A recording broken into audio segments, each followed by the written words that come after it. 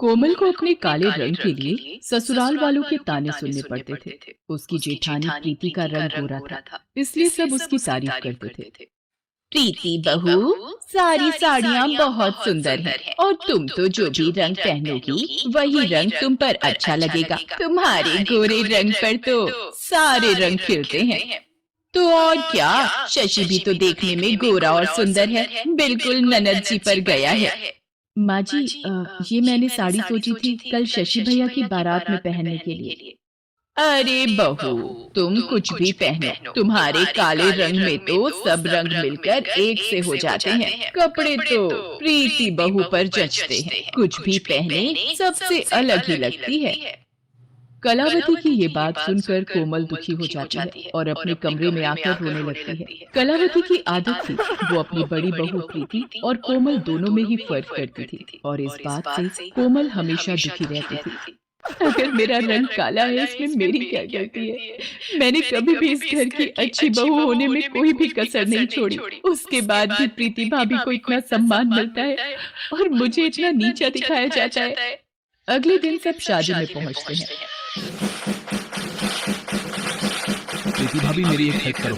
सुरमा भराई की रीत के वक्त आप कोशिश करना कोमल भाभी कैमरे में ना आने पाए, नहीं तो मेरी शादी की सारी एल्बम की फोटोज और शादी की वीडियोस खराब हो जाएंगी। चिंता मत करो देवर जी, मैं उसे आपकी घोड़ी के आसपास भी नहीं फटकने दूंगी। प्रीति भाभी, वो बुआ जी ने देवर जी के लिए सुरमा भराई रस्म के लिए भेजा है, देवर जी लगवा लेते।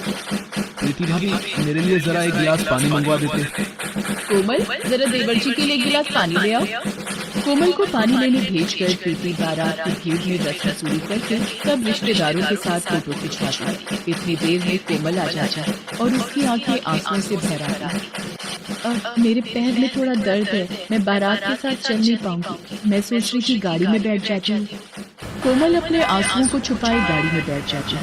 अब तो कोमल रोजाना इन सब बातों से बहुत दुखी रहने लगी थी। एक सुबह, माँ जी, मैं जरा बाजार होकर आती हूँ। घर से बाजार के लिए निकल तो आई हूँ, पर दोबारा सबके ताने सुनने की अब मुझ में हिम्मत ही नहीं रह गई है। कुछ समझ नहीं आ रहा क्या करूँ। ये सामने क्या लिखा है? काले रंग से मुक्ति पाओ, गोरे होकर यहाँ से जाओ। ये कैसे हो सकता है? देखूं क्या एक बार? ये तो कोई दर्पण की दुकान दिखाई पड़ती है, हर तरफ दर्पण ही दर्पण है।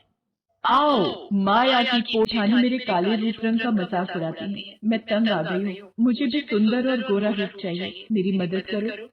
ठीक है, तो मैं तुम्हें जादुई दर्पण में भेज देती हूँ, पर एक बात याद रखना, इस जादुई दर्पण का जादू हर अमावस्या की रात के लिए समाप्त हो जाया करेगा। यदि उस रात तुम्हें किसी ने देख लिया तो उसके बाद दोबारा तुम कभी भी गोरा रंग नहीं पा सकोगी, तुम फिर से काले रूप रंग में आ जाओगी।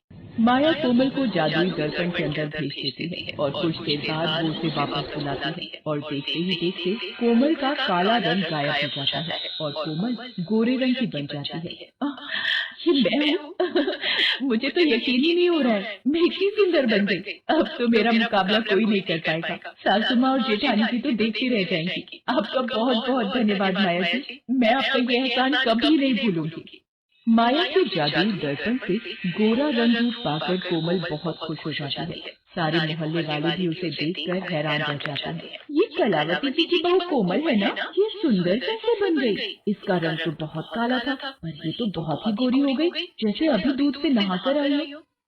सचमुच बहन, ये तो मानो चांदी सी गोरी हो गई है, जैसे कोई चमत्कार हो गया हो। उल्टे तवे जैसी काली थी, पर इसे देखकर तो लगता है पूरे मोहल्ले में इससे सुंदर कोई है ही नहीं। नमस्ते आंटी जी, पहचाना मुझे? मैं कोमल हूँ। इतने हैरान होकर क्यों देख रहे हो? कोमल घर के अंदर जाती है। हाँ जी, किससे मिलना है? आप कौन है? ये इतनी सुंदर औरत कौन है? जरा देखो तो। माँ जी, मैं कोमल हूँ, आपने मुझे पहचाना नहीं? कोमल, तू इतनी सुंदर कैसे हो गई? और तेरा रंग गोरा कैसे हो गया? तू बाजार गई थी या दूसरे लोग से दोबारा जन्म लेकर आई है? कोमल, आखिर कौन सा चिराग का चिन्ह मिल गया जिससे तुम्हारी काया ही बदल दी? आप लोगों को आम खाने से मतलब है या गुत्थियां गिनने से? जब काला रंग था तब आप लोग परेशान थी, आज जब मेरा रंग गोरा हो गया है, मैं सुंदर हो गई हूँ, तब आप दोनों को परेशानी है। वैसे मैं ऑलरेडी बहुत थक गई हूँ, अब मेरा दिमाग खराब मत कीजिए। और हाँ प्रीति भाभी, जब आप पुलाव बनाओगी तो थोड़े मटर ज्यादा डाल देना। पता नहीं आजकल आपको मटर छीलने में इतना आलस क्यों आता है। माँ जी जरा मेरी साड़ी प्रेस कर दीजिएगा, मुझे शाम को एक पार्टी में जाना है। ये कोमल बहू ही है ना? कहीं उसकी जगह कोई दूसरी तो नहीं आ गई जिसके मुंह से आवाज नहीं निकलती थी? आज तो वो 7वें आसमान पर चढ़ गई है। और ये बाहर लोगों की भीड़ क्यों लगी हुई है? क्या काम है आप सबको? मैंने सुना है आपकी बहू काली से गोरी बन गई है। हमें भी तो दिखाइए, आपकी बहू ने ऐसा कौन सा उपटन लगाया है कि कुछ ही घंटों में वो इतनी सुंदर बन गई। यहाँ कोई तमाशा नहीं लगा हुआ है, आप लोग जाइए